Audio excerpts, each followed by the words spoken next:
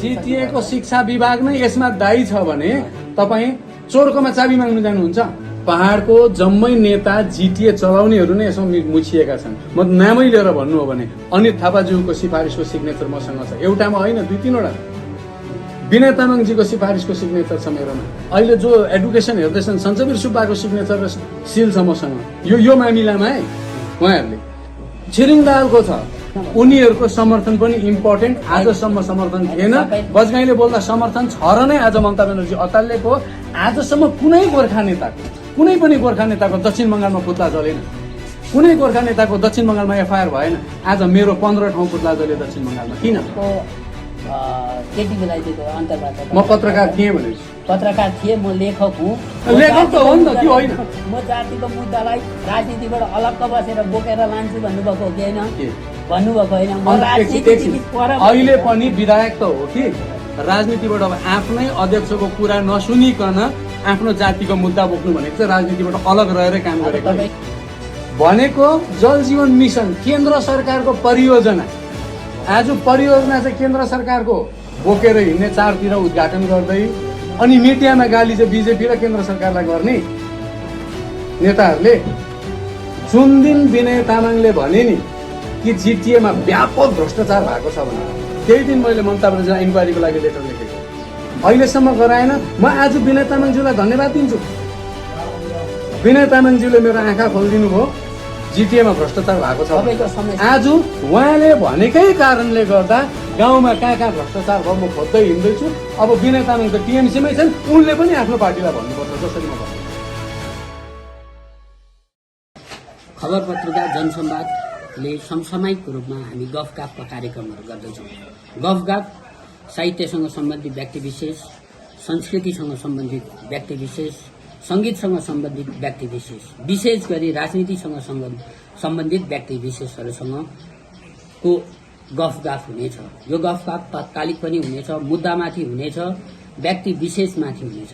यस गफगाफको यो श्रृङ्खलामा यतिखेर हामीसँग हुनुहुन्छ खरसाङका विधायक बीपी बजगाई। बीपी बजगाई लामो समयसम्म पत्रकारितामा अल्झेका, तर बढी राजनीतिलाई माया गरेका, राजनीतिपट्टि रुचि राखेका व्यक्ति हुन्। किनभने पत्रकारिता गर्दा पनि बीपी बजगाईले एक प्रकारले राजनीति नै गरिरहेका हुन्थे। पछि 2017 को जनआन्दोलनपछि बजगाई होमिए राजनीतिमा। केही वर्ष गोर्खा जनमुक्ति मोर्चा अविभाजितसँग संलग्न रहे। पछि विभाजित गोर्खा जनमुक्ति मोर्चाका त प्रवक्ता नै बनिए। गोर्खा जनमुक्ति मोर्चासँग वैचारिक मतभेदका कारण राजीनामा दिएपछि केही महिना उनी पार्टीगत राजनीतिबाट टाढो रहे। तर पछि विधानसभा चुनाव 2021 का केही अघि उनी भारतीय जनता पार्टीमा सामेल भए। भारतीय जनता पार्टीकै टिकटमा अहिले उनी खरसाङका विधायक छन्। ठूलो मतअन्तरले विजयी बनेका बजगाईको एउटा खास पक्ष भनेको मुद्दा उठाउँछन्, तर ती मुद्दालाई निरन्तर बोकेर भने हिँड्दैनन्। यसको उदाहरण 2019 उठाएका शिक्षक नियुक्ति पनि हो। तत्कालीन जिटिए अध्यक्ष विनय तामाङले पहाड़का विभिन्न स्कुलहरूमा नियमलाई कुल्चिएर, नियमलाई मिचेर जुन प्रकारले शिक्षक नियुक्त स्वयंसेवक शिक्षकहरूको नाममा जुन किसिमले शिक्षक नियुक्ति गर्यो, त्यसको विरुद्ध उनी पुलजोरले उत्रिए मैदानमा। मुद्दा उठाए शिक्षक नियुक्तिका, तर ती शिक्षक नियुक्तिलाई अदालतसम्म भने पुर्याएन। शिक्षक नियुक्तिकै पेरिफेरीमा रहेर उनी पक्राउ पनि परे। तर ती पक्राउ पर्नुका कारण भने नगरपालिका चुनाव, दार्जिलिङ नगरपालिका दखललाई देखाइएको थियो। अहिले फेरि उहाँले शिक्षक नियुक्तिका मुद्दालाई उठान गरिरहेका छन्। पछिल्लो केही दिन अघि पार्थ च्याटर्जी, पूर्व शिक्षा मन्त्री र वर्तमान उद्योग मन्त्री पार्थ च्याटर्जी एसएससी स्क्याममा परेपछि र त्यस मामिलामा पक्रा परेपछि अहिले उनी सीबीआई पहाड़मा पनि भित्रिनुपर्छ।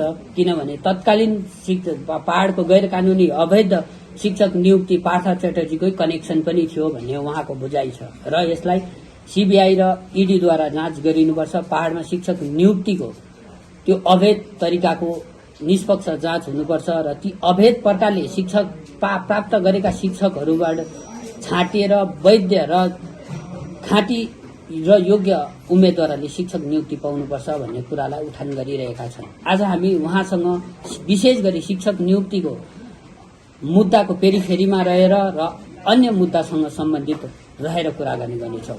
यति जनसंवादलाई हेरिरहनु भएका मेरा तमाम पाठकहरूलाई, हाम्रा तमाम पाठकहरूलाई म शैलेन्द्र सम्बन्धी हार्दिक नमस्कार जनाउँदछु, नमस्कार गर्दछु। तपाईँ मुद्दा उठाउनुहुन्छ, मुद्दा टुङ्गोमा पुर्याउनु हुँदैन। एउटा हामीले के पनि देखिरहेछौँ भने बिपी बजाई बोल्छन् ज्यादा, काम कम थोरै गर्छन् भन्ने कुराहरू छ र बिपी बजाईले मुद्दा आफू चर्चा हुनका लागि मुद्दा उठाउँछन् पनि भन्नेहरूले भनिरहेका छन्। शिक्षक नियुक्ति 2019मा उठाउनु भयो, पब्लिक डोमेनमा ल्याउनु भयो, तपाईँले एउटा चर्चा पाउनुभयो, त्यसपछि स्वत हराउनु भयो। अहिले पनि शिक्षक नियुक्ति उठाइराख्नु भयो मुद्दालाई। तपाईँले अहिले एउटा ममाथि नेरेटिभ दिनुभयो। तपाईँको नेरेटिभलाई मैले ध्यानपूर्वक सुने। केही कुरामा म विमति राख्दै बोल्छु है। तपाईँले तपाईँको आफ्नो देखाइभित्र जति बुझ्नुभयो त्यो तपाईँले बताउनुभयो। पहिलो कुरो त 4वटा विधाको कुरा गर्नुभयो। हामी यो जुन चर्चामा यस्ता यस्ता विधाका व्यक्तिलाई ल्याउँछौँ भनेर 4वटा विधाभित्र म पर्छु। यो शिक्षक नियुक्ति 19मा उठाएर हरायो भन्नु म कसरी हराएँ? शिक्षक नियुक्तिको मुद्दा उठान गरेपछि नै त्यस्ता निक्लेका दस्तावेजहरू लिएर केही भाइहरू अदालत गए। एउटै मुद्दामा 2टा केस गर्नु त मिलेन है। अनि म त त्यस पछाडि जेल गएँ। विषय देखाउँदा अन्य देखाए पनि त्यही आक्रोश, त्यही रिसले मलाई जेल हालेका हुन्। अनि 19को भोटको केन्द्रबिन्दु पनि त्यही नै थियो। अन्तिम त मलाई जेल हाले। म जेलबाट फर्केर आएपछि सेप्टेम्बर महिनामा मैले एउटा मिडिया, मैले नाम भनिनँ, त्यो भिडियो अहिले पनि पाउनुहुन्छ, एउटा हाउसमा अन्तर्वार्ता दिएँ कि प्रताडितहरू, त्यति बेला प्राइमेरी शिक्षककाहरू गएका थिए, हाई स्कुलका गएका थिएनन्। हाई स्कुलकोलाई म मुद्दा कोर्टमा लान्छु भनेर प्रताडितहरू जसले अन्याय भएको छ तपाईँहरू 4-5 जना म भएकोमा आउनुभयो भने म हाइकोर्ट जान्छु, किनभने जो अन्यायमा परेका छन् सिग्नेटरिज उनीहरू हुनुपर्छ भनेर मैले मिडियामा कल गर्दा पनि कोही पनि आएन। नआएपछि मैले त्यो मुद्दालाई आफूले लगिनँ। तर मैले के गरेँ भन्दा त्यस दिनदेखि अहिलेका दिनसम्म मैले यति बेसी दस्तावेज कलेक्सन, किनभने जब म कहीँ कुरा बोल्छु भने मैले दस्तावेजसँग बोलेको हुनुपर्छ। जति बेला 19 मैले मुद्दा उठाएँ, मेरोमा 313 र 121 को लिस्ट चाहिँ आएको थियो। धाँधली कसरी भएको थियो, सिफारिस कसरी भएको थियो, कुन कुन कानूनलाई मिचेका थिए, कुन कुन सर्कुलर थियो, कलकत्ताबाट के लेटर आयो, यहाँबाट कलकत्ता के, त्यो त थिएन नि त। यतिका दिनसम्म मैले ती तमाम दस्तावेजहरू कलेक्सन गर्दाखेरि चाहिँ यदि म शिक्षाको यो इस्युदेखि भागेको भन्नु हो भने यसमा मेरो भन्नु केही छैन। अनि तपाईँले एउटा नेरेटिभ अहिले भन्नुभयो कि पार्थ च्याटर्जी एरेस्ट भएपछि मात्रै मैले यो मुद्दा फेरि उठाएँ भनेर, जुन चाहिँ होइन। पार्थ च्याटर्जी त हिजो अस्ति 23 तारिक एरेस्ट भएको होइन। मैले मई महिनामा सीबीआईमा गएको, मई महिनामा फेरि त्यो मई महिनामा गएर जुन महिनामा 16 तारिक सीबीआईकोमा दस्तावेज सहित म गएको छु। त्यति बेला पार्थ च्याटर्जी एरेस्ट भएको छैन। हेर्नुहोस् है, त्यसले गर्दा यो दुईटै तपाईँले अहिले भनेको नेरेटिभलाई म नकार्छु। म निरन्तर लागेको छु। दस्तावेज अहिले तपाईँ हेर्नु आउनुहुन्छ भने हेर्नुहोस्, फाइलका फाइल दस्तावेज थुपारे, यति दस्तावेज थुपार्नु कति समय लाग्छ? तपाईँ हामीसँग प्रमाण छ। तपाईँले मुद्दा उठाउँदाखेरि तपाईँहरूको विशेष तपाईँको प्रमुखता भनेको हायर सेकेन्डरी, उच्चतर माध्यमिक र माध्यमिक विद्यालयहरूमा नियुक्ति पाएका 313 होइन, 151 पनि हो तपाईँसँग छ। तपाईँ 151 होइन, 121 प्रमाण छ। तपाईँले उठाउनु भयो। तपाईँले उठाउँदाखेरि एउटा अनलाइन पोर्टल मार्फत तपाईँले यो आवाजलाई बुलन्द ए बाबा, अनलाइन पोर्टल बादको कुरा चौरस्तामा दार्जिलिङको प्रेस गिल्डमा पनि तपाईँले यो माथि राखेर त्यो होइन, अनलाइन पोर्टल प्रेस गिल्ड पछि पछि चौरस्ताको भाषणमा 121 र 313 को लिस्ट यसरी जनतामा मैले दिएको। एक्नुभयो।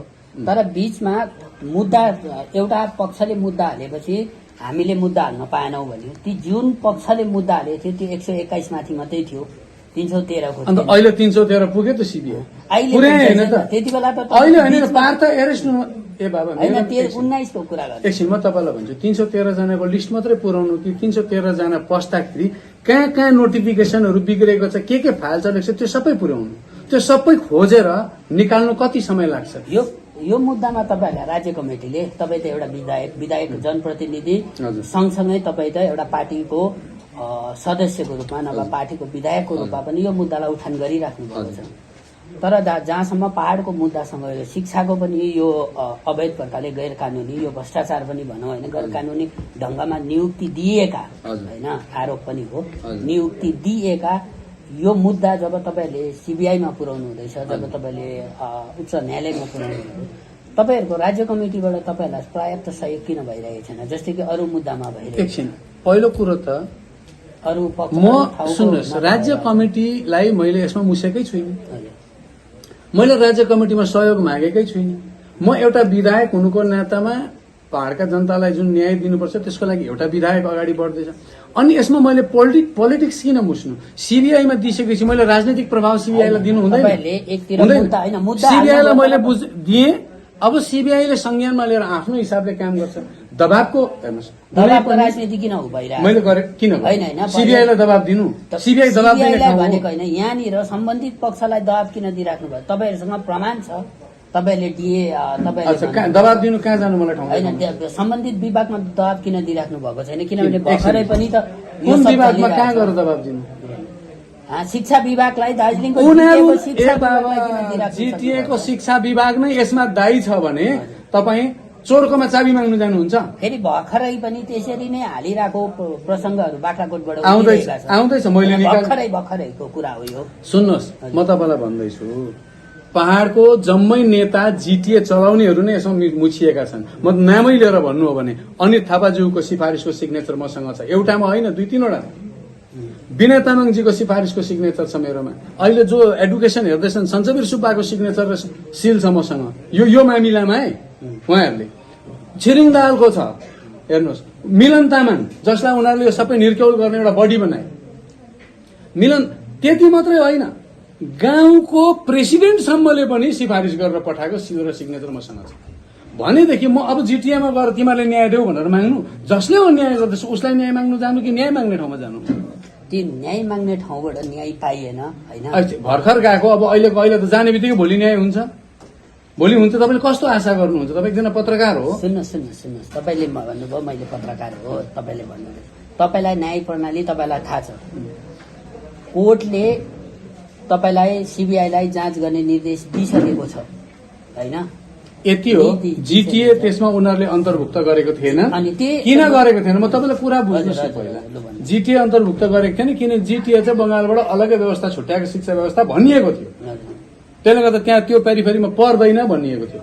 मैले गएर चाहिँ सीबीआईलाई बुझाएँ जिटिए पनि पर्छ। किन? 2टा कारण हुन्छ। 313 र 59 को लिस्ट त जिटिए शिक्षा व्यवस्था छुट्याएको हो भने विकास भवनबाट गर्नु भनेर किन आयो चिठी? विकास भवनको हस्तक्षेप भएको चिठी छ मसँग। 313 लेखेको छ, 59 लेखेको छ। त्यसो भएदेखि विकास भवनबाट चिठी आउँदैछ भने त विकास भवनसँग जिटिएको शिक्षा व्यवस्था लिङ्क भयो। एक अब 121 मा जाउँ, प्राइमेरी 121, जसमध्ये धेरैजनाले जुन एपोइन्टमेन्ट लेटर पाए उनीहरूले भन्नु चाहिँ भोलिन्टियरलाई एपोइन्टमेन्ट दिए भन्छन्। एपोइन्टमेन्ट लेटर पाउँदा कोही चाहिँ मकाउमा थिए, एपोइन्टमेन्ट लेटर पाएको 2 महिना पछाडि भारत आइपुगेका छन्। कोही सिङ्गापुरमा थिए, एपोइन्टमेन्ट लेटर पाइसके पछाडि भारत आएका छन्। कोही सिभिक भलिन्टियर गर्दै थिए, एपोइन्टमेन्ट लेटर पाउँदा त्यसको प्रमाण छ। कोही राज्यदेखि बाहिर पढाउँदै थिए या राज्यदेखि बाहिर अन्य अरू काम गर्दै थिए होइन। कोही आइसिडिएसमा कर्मचारी थिए, एपोइन्टमेन्ट लेटर पाउँदा कसरी उनीहरू भलिन्टियर भए?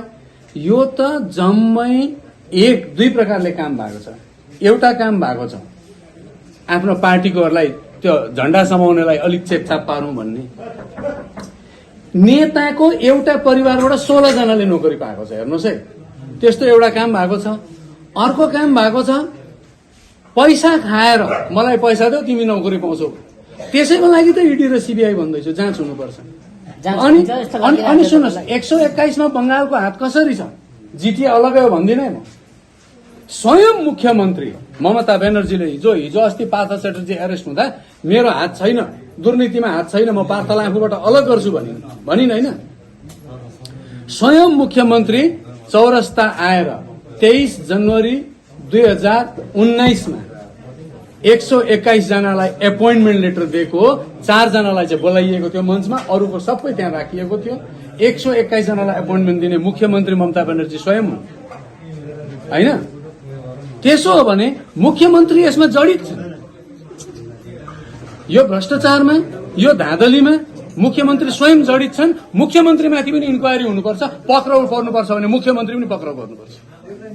तपाईँहरूले मुद्दा लानुभएको छ। अहिले लगभग भनौँ भने त्यो अहिले उयो पनि भएको छैन, लिस्टमा परेको छैन। यद्यपि जसरी अन्य ठाउँको शिक्षामा दुर्नीति भएको, शिक्षामा दुर्नीति त हुन्छ नि, हतार किन गर्नु? हुन्छ नि, तपाईँ आशावादी हुनुहुन्छ? आशावादी किन, भरोसावादी छु। आशावादी मात्र होइन, भरोसावादी छु। तपाईँहरूले भरोसा गर्नुभएको थुप्रै कुराहरू पनि पुगिरहेको छ। के चाहिँ भन्नुहोस् न? 11वटा जनजाति काम चल्दैछ त। तपाईँले हेर्नु एकछिन, 11 जनजाति किन भएन? कारण 24 को मुखमा हो। कारण सुन्नुहोस् न, किन अहिलेसम्म भएन? हिजो अस्ति लो यो त खारेज गर्यो भनेर शान्ता छेत्रीले चिठी देखाइ। शान्ता छेत्रीको चिठी गम्भीर रूपमा पढ्नुभयो? के भनेको छ? पश्चिम बंगाल सरकारलाई थप जानकारी माग्दा दिएन भनेको छ। रोक्नेको रहेछ। एउटा वार्ता बसेर अर्को वार्ता त गर्न नसक्ने है। भाजपा नेतृत्व तपाईँलाई वार्ता चाहिएको कि रिजल्ट चाहिएको? वार्तै गर्न नसक्ने होइन, वार्ता चाहिएको कि रिजल्ट वार्तै गर्न नमान्ने होइन। वार्तापट्टि नमान्ने कसले भन्यो? विभिन्न परिस्थितिले भन्यो, नमान्ने कसले भन्यो? दोस्रो वार्ता दसैँ र तिहारको पछाडि हुनेछ भन्ने भएन। अरे रिजल्ट पायो भने रिजल्ट कहिले? 24 को मुख। सुन्नुहोस्, कतिजना 24 पछाडि कुन चाहिँ यो 2024 को पछाडि त्यो समयमा बोल्छु म, समयमा बोल्छु। दबावको जुन राजनीति छ, आज बीपी बजगाईले जुन दबाव सिर्जना गर्दैछ नि, आजसम्म पहाडमा कसले सिर्जना गरेको? बीपी बजगाईहरू नभन्नुहोस्, बीपी बजगाई एक्लै गोजमुमु छोडेर, बीपी बजगाई आफै चाहिँ गोजमुमु छोडेर जाँदाखेरि भाजपाको मुखबाट नभए भाजपाको हातबाट हाम्रो 2वटा मुद्दा खोसेर ल्याउने काम हाम्रो हो। र बीपी बजगाई चाहिँ त्यहाँनिर चाहिँ भाजपालाई अन्धो समर्थन गर्न गएको होइन, हाम्रो मुद्दा फत्ते गराउन गएको हो भनेर तपाईँले भन्नुभयो। तपाईँको ठोकुवा थियो होइन।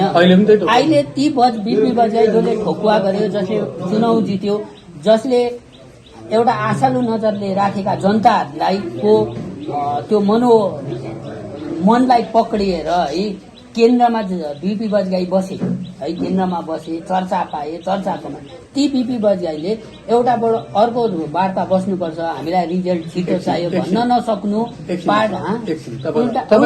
उल्टा सम्पूर्ण गोर्खाहरूको आवाज बनेर पार्टीमा के अरे दबाब सिर्जना गर्न सक्छ। पार्टीले हाम्रो मान्छेलाई कमिटीमा राखेन भनेर मन दुख गर्नु, चुपचाप बस्नु, मौन बस्नु, गङ्गाएर फेरि सिरिजमा जवाब दिन्छु।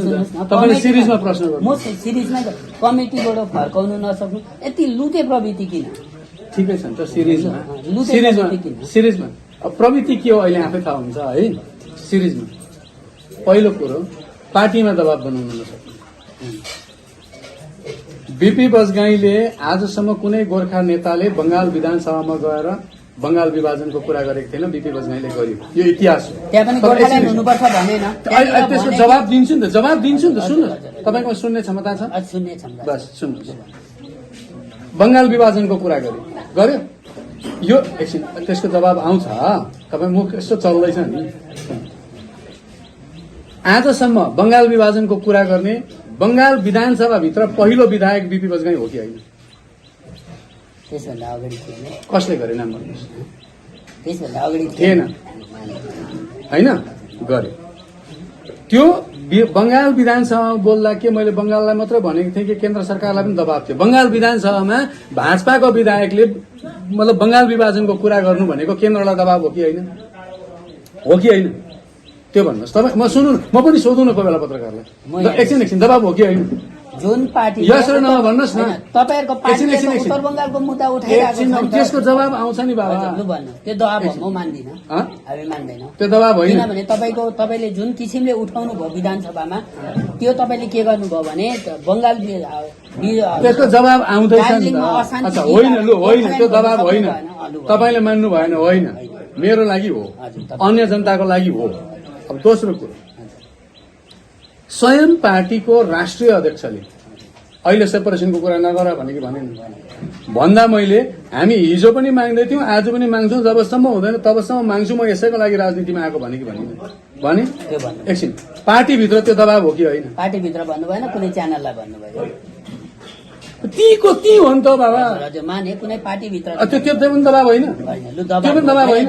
लु होइन, त्यो दबाब हो कि होइन? लु दबाब हो, मैले लु होइन, लु होइन, दबाब हो कि होइन?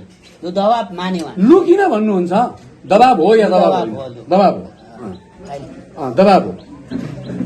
त्यति गरेर पनि बिपी बजगाई भारतीय जनता पार्टीभित्रै बसेर पार्टीमा विभिन्न चिठी लेखेकी लेखेन, अलग राज्यको लागि लेखेकी लेखेन। अब अलग राज्य भने गोर्खाल्यान्ड भनेन भन्ने तपाईँको गुनासो होइन, त्यो एकछिन म भन्छु गुनासो, त्यो गुनासोको जवाब दिन्छु नि त। आजसम्म 2007 देखि गोर्खा राजनीति गर्ने हो हाम्रो अस्मिता बचाउनु। तर हामीले अस्मिता बचाउनु थियो भने पहिल्यै हाम्रो मानचित्र चाहिँ यो 3टा पहाड मात्रै कोरेर त्यतिभित्रको राजनीति गर्नु पर्थ्यो, दार्जिलिङवादी राजनीति गर्नु पर्थ्यो। तर हामीले राजनीति गर्नुको लागि चाहिँ सुनकोससम्मको भूभाग कोर्यौं, जहाँसम्म चाहिँ हामीले त्यो भूगोलमा हेर्दा 35% गोर्खा छौं, 32% राजवंशी छन्, 33% राजवंशी छन्, 22% आदिवासी छन् र रेस्ट अरू छन्। अनि हामीले उनीहरूलाई बोकेर राजनीति नगर्दा आज 2 पल्ट त हामीले डुवर्सलाई छोड्यौं। डुवर्समा भएका लाखौं गोर्खाहरू चाहिँ हाम्रा मान्छे हुन् कि होइन? भोलि उनीहरूलाई न्याय दिनुपर्छ भने हाम्रो आन्दोलनमा तल राजवंशी र आदिवासीको समर्थन हुनुपर्छ कि पर्दैन? त्यो नहुँदाखेरि नै अहिलेसम्म हाम्रो लक्ष्य नपाएको हो नि त। नोमेनक्लेचर बादमा जाउँ न, पहिला त्यहाँसम्मको माटो चुडाउँ। अनि तपाईँले जसलाई नर्थ बेङ्गल माग्यो भन्नुहुन्छ, मैले के भने नर्थ बेङ्गलबाट अलग गर्ने भने नर्थ बेङ्गल बनाऊ भनेको भिडियो छ भने निकाल्नुहोस्। नर्थ बेङ्गलबाट अलग गर्नु, यहाँ अलग राज्य हुनु पर्यो भने नर्थ बेङ्गलबाट चुडिनु पर्यो कि परेन? त्यसो हो भने त नर्थ बेङ्गलबाट चुडाउ भन्दा चाहिँ नर्थ बेङ्गल बनाउनु खोज्यो भन्ने हो भने बङ्गालबाट चुडाउ भन्ने त बङ्गाल बनाउनु खोज्यो भन्ने रहेछ त बज्नेले। त्यस्तो नेरेटिभ, त्यो त गलत नेरेटिभ हो। नर्थ बेङ्गलबाट चुडाउ भनेपछि चाहिँ कहाँ चुडाउनु पर्ने, कुन भूभाग? हाम्रो मानचित्र के छ? प्रस्तावित गोर्खाल्यान्ड क्षेत्र। अनि हाम्रो मान्छेतिर प्रस्तावित गोर्खाल्यान्ड क्षेत्र माग्नु हुँदैछ तपाईँले होइन? पछाडि हामीले नर्थ बेङ्गलबाट, उत्तर बङ्गबाट, अन्त त्यहाँभित्र बसेका आदिवासी, कोचे, मेचे, टोटो, राभालाई पनि बोकेर हिँड्दैछौँ।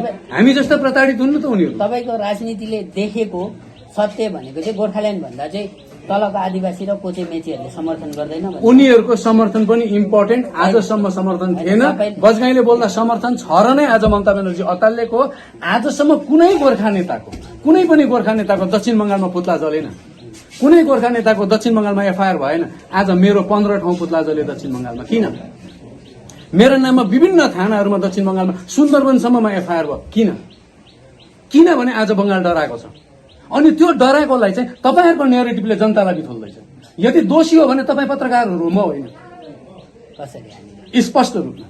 किनभने बजगाईले के गर्दैछ त्यो देखाउनुहुन्छ कि हुँदैन? हजुर, तपाईँले आफूलाई पत्रकार थिए। अहिले पनि म पत्रकारकै धर्म बोकेर चारैतिर यो छ यहाँ भएको छैन भने एउटा पत्रकारले जस्तो म हिँड्दैछु। दोष देखिराख्नु भएको छ तपाईँले होइन? किन भन्दा दार्जिलिङको नेताहरूले जब उनीहरूलाई अप्ठ्यारो क्वेसन, जब भाटकारिताबाट पर बसेर पत्रकार अलिकति अप्ठ्यारो क्वेसन गर्नु, प्रश्न गर्न थाल्छन्, तब तपाईँले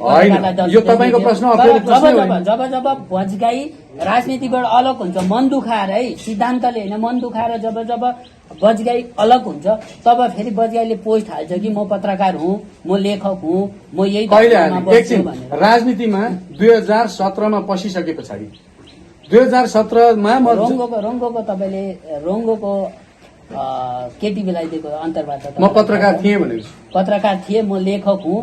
लेखक त हो नि त, त्यो होइन। म जातिको मुद्दालाई राजनीतिबाट अलग्ग बसेर बोकेर लान्छु भन्नुभएको हो कि होइन? के? भन्नुभएको होइन। म अन्त राजनीतिदेखि पर अहिले पनि विधायक त हो कि राजनीतिबाट अब आफ्नै अध्यक्षको कुरा नसुनिकन आफ्नो जातिको मुद्दा बोक्नु भनेको चाहिँ राजनीतिबाट अलग रहेर काम अब गरेको तपाईँ भाजपाको त्यति प्रभावशाली नेता हुनुहुन्छ दार्जिलिङमा है, तपाईँले पिपिएसको के अरे बैठक गरौँ, नभए पिपिएसको रिजल्ट चाहियो हामीलाई। म पहाड़को सम्पूर्ण जनता इभन भनिरहेको छु। तपाईँ मेरोमा आज हेर्नु, तपाईँको प्रभाव क्षेत्र मेरो कुरा क्वेसन, तपाईँले प्रभाव क्षेत्र, तपाईँले म भन्नुहुँदैछ, तपाईँको प्रभाव क्षेत्र सम्पूर्ण दार्जिलिङ पहाड़ लगायत तपाईँले तराई र डुवर्समा पनि देखाइराख्नु भएको छ भनेपछि त्यत्रो ठुलो प्रभाव क्षेत्र भएको एउटा नेताले के अरे पिपिएसको उयो गर के अरे पिपिएसको लागि दोस्रो वार्ता बोलाइहाल। हेर्दै जानुहोस् न, म त 1 वर्ष र 6 महिना भयो नि विधायक भएको होइन। तपाईँलाई यी कुराहरू केन्द्रमा पुर्याउनु, तपाईँ पार्टीको मेम्बर भएको त तपाईँ त 19 देखि नै हो। अन्त पुऱ्याएको छुइनँ एकछिन। यो तपाईँ आज सुन्दैन त्यसो तपाईँको मेरो कुरा।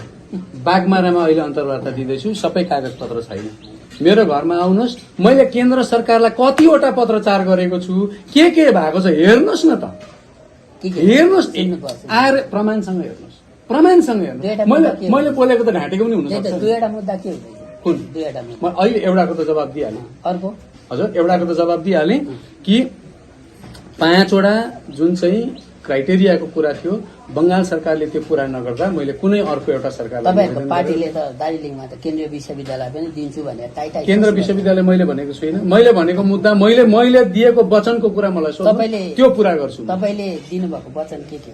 हजुर, अहिलेसम्म तपाईँले एमएलए विधायक कोषबाट के गर्नुभयो? विधायक कोष अब अहिले यो हिजो अनित थापाज्यूले पनि सोध्दै हुनुहुन्थ्यो। अनित थापाज्यूले हिजो विधायकले आफ्नो बजेटबाट काम गर्नु भन्दै थिए, म यो जनताको लागि राख्छु। ल सुन्नुहोस् है, विधायकको जम्मा कतिवटा गाउँ छ, ठुलो ठुलो गाउँ। एउटा चिया बगानलाई एउटा गाउँ मान्दा, एउटा चिया बगानमा थुप्रो गाउँ हुन्छ है, एउटा चिया बगानलाई एउटा गाउँमा मान्दा खरसाङ ब्लकमा 65 वटा गाउँ, मिरिक ब्लकमा 21, आरआर ब्लकमा 29, सुकिया पोखरी ब्लकमा 42, सुकिया पोखरी ब्लक आधा दार्जिलिङमा भएकोले 21 वटा गाउँ लिए। 115 गाउँ चाहिँ ठुल्ठुलो गाउँ, त्यो गाउँको सब गाउँ थुप्रै छ, 1000 पुग्छ। Total number of booth 292। विधायकले वर्षमा पाउँछ एमएलए फन्ड 60 लाख। 60 लाख जुन पैसा छ, यो पैसा यो रकम पनि मेरो गोजीमा हुँदैन, यो डीएम को ट्रेजरीमा हुन्छ। म त यो काम गर्दै भनेर लेखेर दिने मात्रै हो। अब 5 वर्षमा जम्मा पाउँदो रहेछु मैले कति डीएम को ट्रेजरीमा, मेरो नाममा कति आउँदो रहेछ? 3 करोड। 3 करोडलाई 292 बुथले भाग गरे भने पर बुथ, एउटा बुथको थुप्रो गाउँ हुन्छ है, पर बुथ 1,02,739 रुपियाँ हुँदो रहेछ। यसलाई वर्षमा भाग गरे भनेदेखि 20,547 रुपियाँ हुँदो रहेछ। हामीले वर्षको पाउँदैन फन्ड, 6 महिनाको पाउँछ। 6 महिनाको रिलिज गर्दा पाउँदो रहेछ, एउटा बुथलाई पर्दछ 10,273 रुपियाँ। 6 महिनामा विधायकले एउटा बुथलाई 10,273 रुपियाँको हेर्न सक्छ। अनि 10,273 रुपियाँ पर बुथ हुनेलाई चाहिँ अनित थापाज्यू, एकछिन सुन्नुहोस्, उता नाम आउँदा नकाट्नुहोस् है तपाईँले। अनित थापाज्यू जसले चाहिँ विकास गर्छु भनेर भोट जितेको छ, उसले चाहिँ यो 10,273 रुपियाँ हुनेलाई चाहिँ बाटो बनाए गएर भन्ने, पानी बनायो भन्ने। एकछिन अनि त्यो पैसा पनि 30 लाख 1.5 वर्ष भयो नि त। म 90 लाखको हिसाब भएन अहिलेसम्म भएको। 90 लाखको हिसाबमा डीएम अफिसमा गएर कसैले पनि सोद्धा हुन्छ, मैले गाउँ गाउँमा विकासको लागि लेखेर दिएको छु कि छुइनँ। त्यो दिएको काम अहिलेसम्म बाहिर किन निक्लेको छैन डीएम अफिसबाट, जनताले त्यहाँ सोध्नुपर्छ, मलाई होइन। हेर्नुहोस्, मलाई होइन, तपाईले क्वेसन गर्नुपर्ने हैन। मैले त बीईयूपी फन्ड भन्छ यसलाई, बीईयूपी फन्डको चेयरम्यान नै यहाँ बोलाएर मिटिङ पनि गराएँ। हेर्नुहोस् है, तपाईँले त डेट वाइज डिटेल लिँदा हुन्छ। त्यसले गर्दा विधायकलाई यो हिसाब खोज्ने, हिसाब त म खोज्छु। 7,000 करोड आएको छ भनेको छ मुख्यमन्त्री स्वयंले। हेर्नुहोस्, यी 7,000 करोड आएको छ भनेको छिन् यहाँनिर मुख्यमन्त्रीले। यही हो मैले लेखेको सायद, एकछिन है, इन द 10 इयर म तपाईँलाई देखाउँछु, म ढाँट्दिनँ केही पनि, जे भन्छु। यी 7,000 करोड आएको छ भनेको छिन् जीटीएमा 10 वर्षमा। यी मैले आरटीआई गरेको। कहिले गर्नुभएको यो आरटीआई? यो आरटीआई मैले गरेको भनेको कहिले भन्दा 5/8 5 अगस्त अब अर्को आउने 5 तारिक त 1 महिना पुग्छ, जवाब पाउनु पर्यो। यो 7,000 करोड आएको छ अनि जनताकोमा काम चाहिँ भएको छैन। बाटो भत्केको, पानी छैन, हाउसिङको घर पाएको छैन। हाउसिङको पनि मैले 10 वर्षको हिसाबमा आएको छु, पिएचईको पनि 10 वर्षको हिसाबमा आएको छु। सुन्नुहोस्, अब विधायकको काम खोज्नु, पहिला जसरी लुटेर खाँदै थियो नि, अब त्यो जमाना गयो। बागमारा आउनु भएको छ। अब जमाना पहिला, बागमारा योभन्दा पहिला बागमारामा कोही विधायक आएको थियो म जान्न चाहन्छु। एकछिन आएको थिएँ, तपाईँको गाउँ हो? आएको थियो। को आएको थियो? शान्त क्षेत्र। कतिपल्ट आयो? सायद एकपल्ट होला। बस। अन्य विधायक? अन्य विधायक त को भयो? विधायक त थुप्रो भयो, विधायक त थुप्रो। यो विधायक हरेक गाउँ पुग्दैछ। बागमारा दोस्रो चोटि हो, पहिलोचोटि जनतालाई भेटिन, त्यो बाटोबाट गएँ म। होइन, तपाईँ म आए भन्नु हुँदैछ। सुन एकछिन न, आएर खोज्दैछु नि त। आज एकछिन पहिला बोलिसक्नु थियो अनि यहाँ आएर हेरेँ बागमारामा इलेक्ट्रिसिटीको पोलहरू आएको रहेछ। त्यो पोलहरू कुहेर जानै आँटेको छ। यहाँनिर बिजुली ठिकसँग आएको छैन। अब मैले यो अहिले इन्क्वायरी गर्नुपर्ने भयो। एकछिन इन्क्वायरी गर्नुपर्ने भयो। 56 लाखको पानी आएर पानी नलमा पानी छैन। त्यो मैले नखोज्नु, एउटा विधायकले त्यो नखोज्नु। यहाँनिर त्यो 100 डेजको काम हेरेर गएँ म। अनि तपाईँले खोज्नु पर्यो, तपाईँले विकास कार्यक्रम खोज्नु पर्यो। जनताले चाहिँ तपाईँहरूले चाहिँ करप्सनलाई ढाकछोप गर्नु खोजेको मलाई सोधेर कि करप्सनलाई उजागर गर्नु खोजेको त्यो बताउनु। उजागर गर्नुभयो बागमारामा घुमेर। 56 लाखमा 8x8 को एउटा सिमेन्टको ट्याङ्की मात्रै छ। 56 लाख रुपियाँ लगभग। मैले अहिले त्यति मात्रै छ नि त, पानी त छैन नि त। 56 लाखले त पानी पिउनु पाउनु पर्यो नि त, होइन? तपाईँ यहीँको पत्रकार, यही गाउँ तपाईँको, तपाईँले त्यो लेख्नुभयो पहिला, योभन्दा पहिला लेखेको। त्यसको कपी म हेर्न चाहन्छु है फ्युचरमा, ल? कपी हेर्न चाहन्छु। अनि अर्को बिजुलीको 8वटा पोल देखेँ मैले त्यहाँ, ठुल्ठुलो फलामको कुनो आँट्यो। अनि त्यो माथि चिया बगानमा त थुप्रै छ अरे, थुप्रै। कतिवटा होला जम्मा? 20-25 पोल है। त्यो सरकारी सम्पत्तिबाट आएको, त्यो पब्लिक एक्सचेकरको पैसा हो। यदि त्यो यहाँनिर ट्रान्सफर्मर दिने कुरा थिएन, त्यो पास भएको थिएन, पैसा स्याङ्सन भएको थिएन भने पोल किन हाल्यो? पोल हाल्यो भने त्यो स्याङ्सन भएको पैसा खोइ, त्यो खोज्ने काम तपाईँको पनि हो कि होइन गाउँमा? पैसा व्यापक भ्रष्टाचार छ। जुन दिन विनय तामाङले भने नि कि जिटिएमा व्यापक भ्रष्टाचार भएको छ भनेर, त्यही दिन मैले ममता ब्यानर्जीलाई इन्क्वायरीको लागि लेटर लेखेको। अहिलेसम्म गराएन। म आज विनय तामाङज्यूलाई धन्यवाद दिन्छु। विनय तामाङज्यूले मेरो आँखा खोलिदिनु भयो, जिटिएमा भ्रष्टाचार भएको छ। आज उहाँले भनेकै कारणले गर्दा गाउँमा कहाँ कहाँ भ्रष्टाचार भयो म खोज्दै हिँड्दैछु। अब विनय तामाङ त टिएमसीमै छन्, उनले पनि आफ्नो पार्टीलाई भन्नुपर्छ, जसरी म भन्दैछु। जिटिएका मनोनित चेयरम्यान अनित थापाले भन्नुहुँदै थियो, के अरे जिटिएको विकास गर्ने दायित्व हाम्रो हो, गोर्खाल्यान्ड माग्ने चाहिँ गोर्खाल्यान्डपट्टि लाग्नु होइन। जिटिएको विकास गर्ने दायित्व चाहिँ उनीहरूको मात्रै हो भनेको चाहिँ जिटिए भनेको चाहिँ पहाड होइन। योभन्दा पहिला मनोनित भएको बेला, ममता ब्यानर्जीले मनोनित गरेको बेला जति पनि नरिवल फुटाएको र रिबिन काटेको छ नि, पहिला त्यो काम कम्प्लिट गरिसकौँ नि। गरेको छन्? एउटा बाटोमा 3 पल्ट नरिवल फुटाएको त मैले देखाएँ त, भिडियोमा एकदम क्लियर देखाएको छु। त्यसको जवाब दिउँ न, लु भन्नुहोस् त। अनि घोटाला कसरी हुन्छ, भ्रष्टाचार कसरी हुन्छ? सरकारी अधिकारी मिलेर। म सिटोङ जाँदाखेरि मैले पिएचईको एईलाई फोन गरेर गएँ, म जाँदैछु तपाईँहरू आउनुहोस् भनेर। हुन्छ भने, तर आएन। जबकि यो पालि आउँदा, म आज बागमारा आउँदा पिएचईकै काममा आएको है, मैले एक्जिक्युटिभ इन्जिनियरलाई चिठी लेखेर आएको है। चिठी छ, पाए उनीहरूले, आएनन्। मैले एईको खिलाफमा त हिजो नै प्रिभिलेज कमिटीमा कम्प्लेन हालेँ। अब एक्जिक्युटिभ इन्जिनियरको अगेन्स्टमा नि म प्रिभिलेज कमिटीमा कम्प्लेन हाल्छु। प्रिभिलेज कमिटीलाई म एउटा सीमित अवधिसम्म पर्खिन्छु, त्यहाँदेखि उता जुन फोरममा जानुपर्छ म त्यहाँ जान्छु। अब सरकारी अधिकारीहरूले जनताको लागि काम गर्नुपर्छ, नेताहरूको लागि होइन। तपाईँ गाउँ गाउँ जानुहुँदैछ, गाउँ गाउँमा भ्रष्टाचारहरू देखिराख्नु भएको छ होइन। भ्रष्टाचारको विभिन्न ठाउँमा विभिन्न तहका भ्रष्टाचारहरू छन् होइन। शिक्षामाथि छ, अन्य जग्गाहरूमा पनि छन्। तपाईँले भनिहाल्नुभयो लाइन छ, कलमा पानी छैन। त्यस्तो छ कि छैन? भ्रष्टाचार छ होइन? होइन। तर ती भ्रष्टाचारलाई अब होइन बिपी बजियाले देखेपछि बिपी बजियाले यो मुद्दालाई उठान मात्रै गर्छन् कि यो मुद्दालाई बोकेर निरन्तर जनता समक्ष एकछिन जनता समक्ष जाने म तपाईँ एकछिन अस्ति अब त्यस्तो मैले हिजो मात्रै जम्मा 11वटा चिठी लेखेँ 11वटा चिठीको एउटा नमुना बोकेर आएको छु है।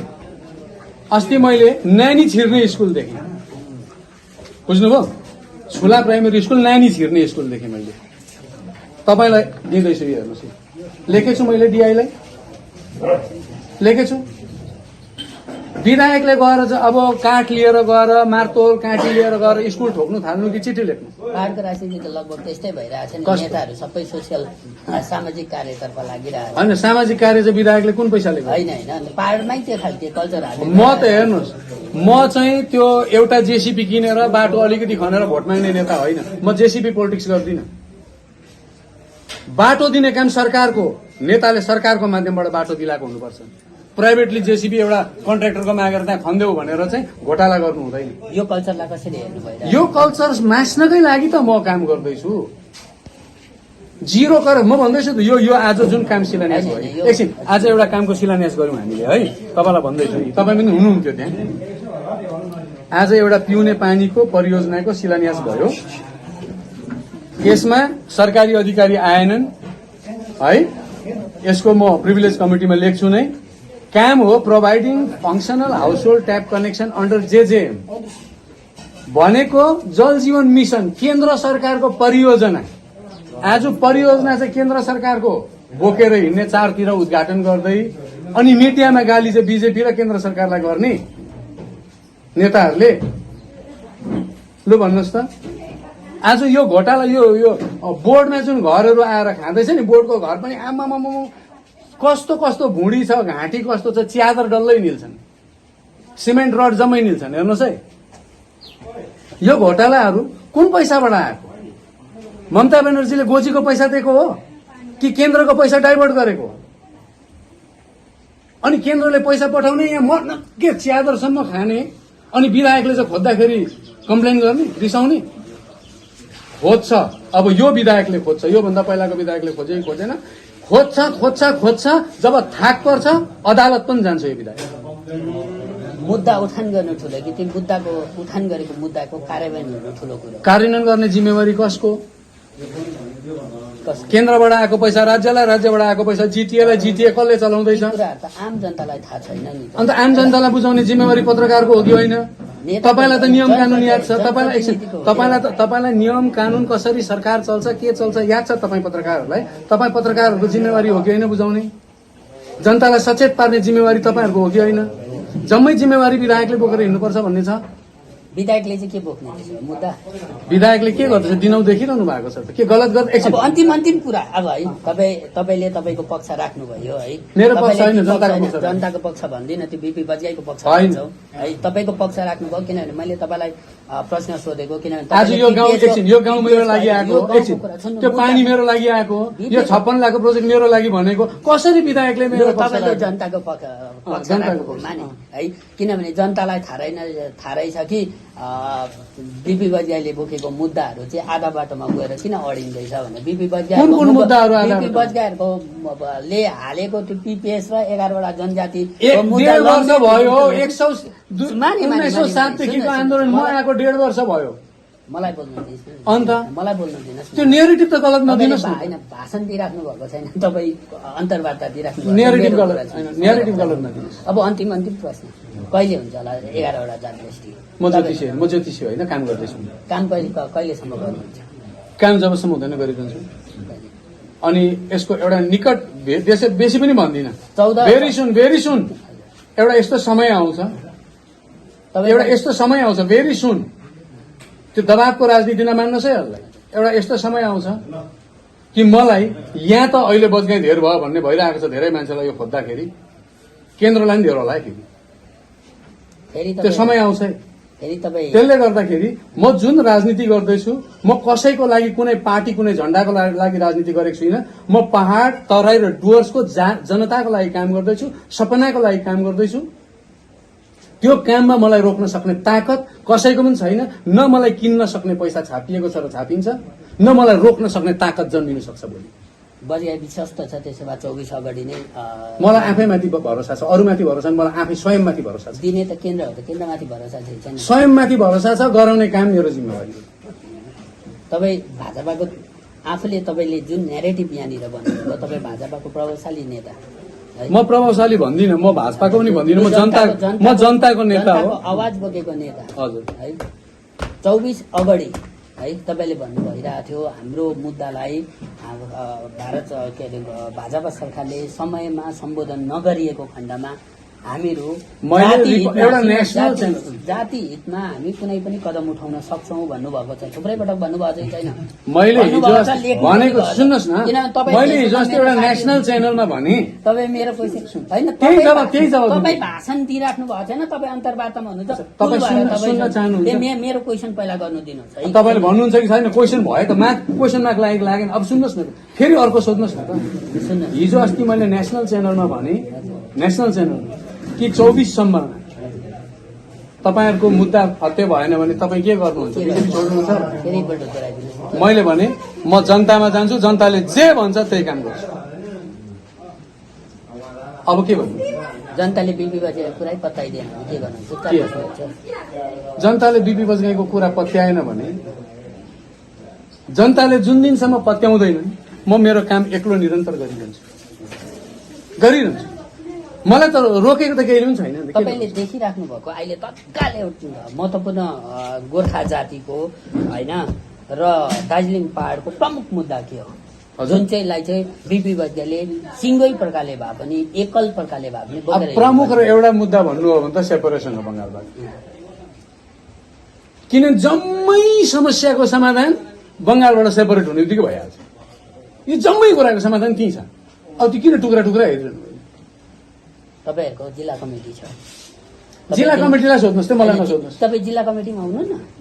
जिल्ला कमिटीको कुरा जिल्ला कमिटीलाई सोध्नुहोस्। होइन मैले भन्नु त मेरो भन्नुहोस्। तपाईँ जिल्ला कमिटीमा त हुनुहुन्छ, जिल्ला कमिटीमा बस्दाखेरि तपाईँ इन्भाइटी भए पनि त्यो जिल्ला कमिटीमा जानुहुन्छ।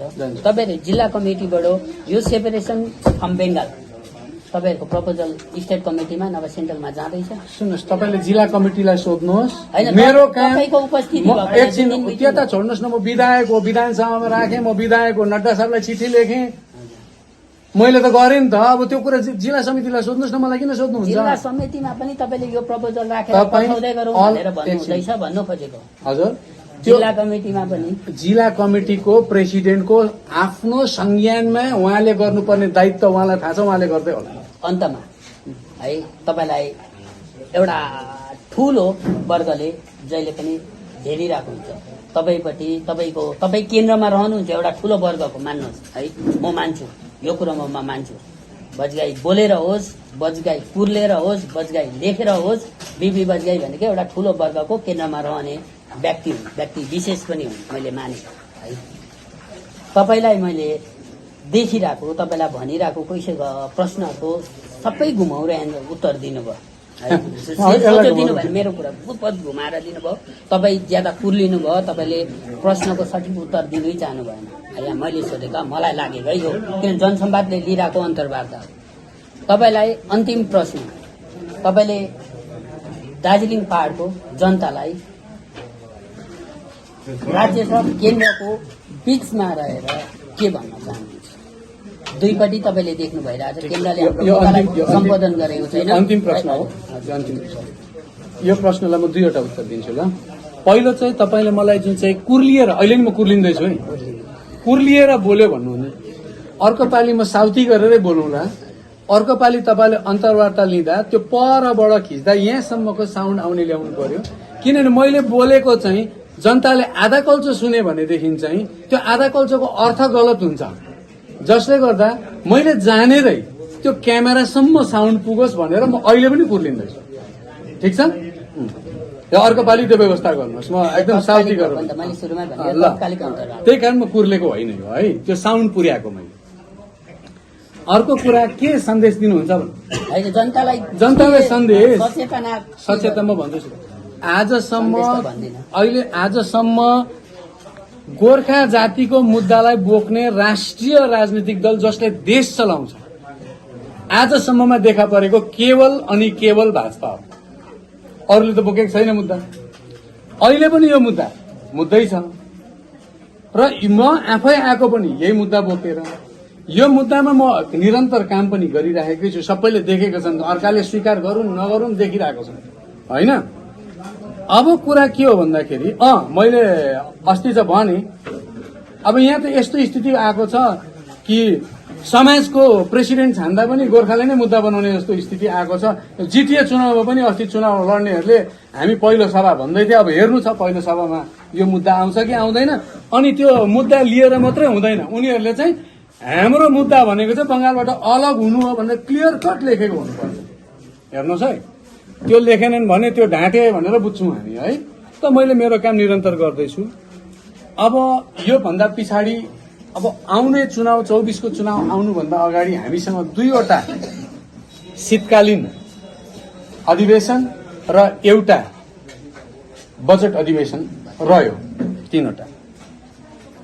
आउँदो बजेट अधिवेशनसम्म म धेरै आशावादी भएर हेर्छु। आउनु बजेट अधिवेशनदेखि उता मैले कुन प्रकारको राजनीति गर्नुपर्छ म जनतामा जान्छु, यो क्लियर भन्दैछु। शीतकालीन अधिवेशनमा कुन चाप तयार हुनुपर्छ त्यो तयार गर्छु। म जनतालाई यति मात्रै भन्छु, विश्वास गरेर बसिदिनुहोस्। जुन उद्देश्य लिएर, जुन प्रतिज्ञा लिएर एउटा यो मान्छे हिँड्दैछ तपाईहरुको लागि, हाम्रो मुद्दाको लागि, तपाईहरुले केवल अनि केवल सधैँ बिहान आफ्नो मन्दिरमा छोसेममा पूजा गर्दाखेरि यो जुन एउटा संकल्प बोकेर हिँडेको छ त्यो संकल्प पूरा होस् भनेर तपाईहरुले प्रार्थना गरिदिनुहोस्। मलाई प्रार्थना मात्रै चाहियो। मलाई गाउँमा आउँदा बरु एक ग्लास पानी दिनु परेन, प्रार्थना चाहिँ गरिदिनुहोस्। त्यति नै हो। दार्जिलिङको भ्रष्टाचार मुद्दामा जुन तपाईहरुले आरोप, भ्रष्टाचार त अब हुन पाउँदैन। अब भ्रष्टाचारीहरूलाई नि अदालतमा उभ्याउनु पर्छ कि सीबीआई कार्यालयभित्र उभ्याउनु पर्छ कि ईडी भित्र उभ्याउनु पर्छ, यो सुरुवात भएको छ। नसुर्ताउनुहोस्, यहाँ पनि हुन्छ। बिबी बाजगाई, मैले पत्रकार भन्दा छोडिसकेको कुरा गर्नु, तर लेखक त अवश्य हुन्। एउटा आँट बोकेका तर पिन्छे स्वभावका पनि यो न्यारेटिभै किन नभनु। किनभने विमति भयो भने पार्टीभित्र बसेर युद्ध गर्नको साटो, लडाईँ गर्न साटो, आफ्नो विचार त्यहाँ राख्नको साटो उनी पार्टी नै छोडिहाल्छन्। किन अहिले पार्टीभित्रै बसेर अहिले विचार गर्दैछन्। त्यो लडाईँ भनेको राज्य समितिमा गोर्खा प्रतिनिधि हुनुपर्छ भन्ने थियो। त्योभन्दा बढ्ता हामीले देखेनौँ, सायद जनताले पनि देखेन। अहिले भ्रष्टाचारका मुद्दा उठाइरहेका छन्। यो महत्त्वपूर्ण पनि हो पहाडको विषयमा, किनभने पहाडमा जुन प्रकारले व्यापक भ्रष्टाचारका आरोपहरू उठिरहेका छन्, यसको जरासम्म गएर पहाड व्यवस्थालाई सठिक गर्नका लागि यी यस्ता आवाज उठाउने नेतृत्वहरूको पनि खाँचो छ, हामी स्वीकार्छौँ। हामीले अहिले उनीसँग यतिन्जेल पहाडको विशेष गरी शिक्षक नियुक्तिको अवैध तरिका, शिक्षक नियुक्तिमाथि अवैध तरिका अर्थात् भनौँ गैर कानुनी शिक्षक नियुक्ति प्रकरण र भ्रष्टाचार सँगसँगै भाजपाले व्यवस्था गरिरहेका गोर्खाका 2 मुद्दा जुन उनीहरूले संकल्प पत्रमा 14 मा हालेका थिए र 19 मा हालेका थिए, अहिलेसम्मको अवस्था के देखिरहेका छन् भने यी 2टालाई फेरि 24 मा पनि हाल्नुपर्ने अवस्था देखिएकाले गर्दा हामीले भाजपाकै नेतृत्वहरूबाट उनीहरूको केन्द्रीय समितिमा, केन्द्रीय कमिटीमा के कस्ता हुँदैछ केन्द्रीय नेतृत्वमा भनेर उहाँबाट बुझ्न चाह्यो। बिबी बजाई अत्यन्त चनको नेता पनि हो, किनभने उनले आजको अन्तर्वार्तामा जे जति प्रश्न दिए सायदै जनतालाई लाग्ला ती घुमाउरो थिए प्रश्नहरू। हामी उहाँसँग बेला बेला कुरा गर्ने नै छौँ। उहाँले उठाएका मुद्दाहरू हामीहरू जनसंवाद मार्फत, यो जनसंवाद मार्फत हामी जनता समक्ष पुर्याउने कोसिस गर्नेछौँ। सँगसँगै एउटा कुरो अन्तमा जनसंवादबाट भनिराख्नु, जब दार्जिलिङमा नेताहरूलाई अलिक कठिन प्रश्न गरिन्छ, ती नेताहरूले प्रश्नलाई झेल्ने ती नेताहरूले, पत्रकारहरूले दार्जिलिङमा गलत न्यारेटिभ सृजना गरिरहेका छन् भन्ने आरोप लाग्दैछन्। आज बिबी बजगाईले म माथि पनि ती लगाएका यी लगाइरहन्छन्। यीसँग हामी विचलित हुँदैनौँ। हामीलाई बोक्नु छ बिपी वैद्यले उठाइरहेका राम्रा कुराहरू जुन जनता समक्ष पुग्नुपर्छ भनेर। यसै कारण पनि आज हामीहरू उहाँसँग तत्कालिक यो अन्तर्वार्तामा बसेका हौं। हामी जनसंवादका पाठकहरूलाई उनीसँग लागेका मुद्दाहरू विषयका कुरा के कस्ता लागे हामी सोझ कमेन्ट बक्समा हामीलाई कमेन्ट गरिदिनु हुन अनुरोध गर्दछौँ। ती प्रश्नहरूको ती जनताका कुराहरू विधायकसम्म मात्रै होइन तमाम अन्य पहाड़का नेतृत्वहरूसँग नभए पहाड़का जनता समक्ष पनि पुग्नसम्म जनसंवादलाई हेरिरहनु हुने हामी तमाम दर्शकहरूलाई आभार प्रकट गर्दछौँ। यहाँलाई र यो समय दिएकोमा हामी आभार प्रकट गर्दछौँ।